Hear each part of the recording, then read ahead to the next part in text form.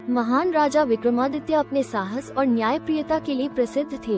एक दिन एक तांत्रिक ने उन्हें एक शक्तिशाली तांत्रिक अनुष्ठान की जानकारी दी, जिसके लिए उन्हें शमशान में पेड़ पर लटके बेताल को पकड़कर लाना था। राजा विक्रमादित्य निडर होकर शमशान पहुँचे और बेताल को अपने कंधे पर लाद कर चल पड़े। लेकिन बेताल बड़ा ही चतुर था। उसने राजा से कहा, अगर तुम रास्ते में मुझसे बात नहीं करोगे तो मैं चुपचाप चलूंगा, लेकिन अगर तुमने मेरी कहानी सुनकर जवाब दिया तो मैं फिर से पेड़ पर लौट जाऊंगा। बेताल ने एक रोमांचक कहानी सुनानी शुरू की। वीडियो पसंद। कांचीपुर के राजा धर्मसेन की पुत्री मंदारवती बहुत ही सुंदर और गुणवान थी।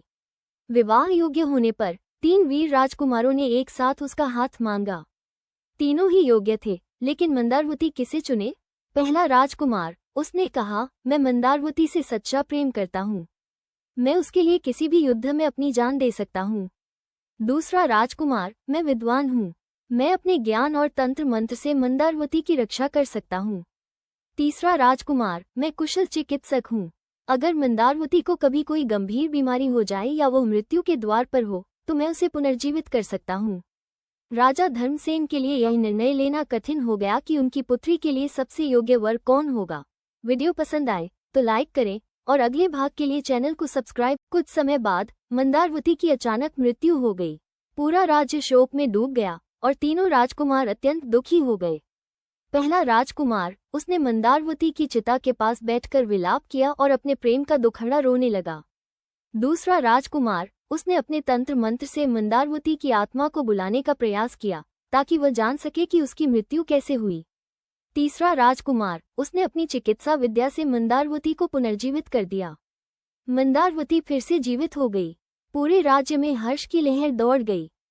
इतनी बड़ी घटना के बाद सबसे बड़ा सवाल उठ खड़ा हुआ, इन तीनों में से मंदारवती का असली पति कौन होना चाहिए? बेताल ने राजा विक्रम से पूछा, हे राजन, तुम महान न्यायाधीश हो, तुम ही बताओ कि मंदारवती का सच्चा जीवन साथी कौन है? राजा विक्रमादित्य ने विचार किया और उत्तर दिया, पहला राजकुमार केवल प्रेम करता था, लेकिन उसने कुछ नहीं किया। दूसरा राजकुमार केवल आत्मा बुला सकता था, लेकिन उसने मंदारवती को जीवन नहीं दिया। तीसरा राजकुमार असली योग्य पति है, क्योंकि उसने मंदारवती को पुनर्जीवित किया और उसे नया जीवन दिया। बेताल हंस पड़ा और बोला, तुमने सही उत्तर दिया, लेकिन तुमने मुंह खोलकर अपनी तपस्या भंग कर दी। अब मैं फिर से पेड़ पर चला जाऊंगा। और वो उड़कर वापस चला गया।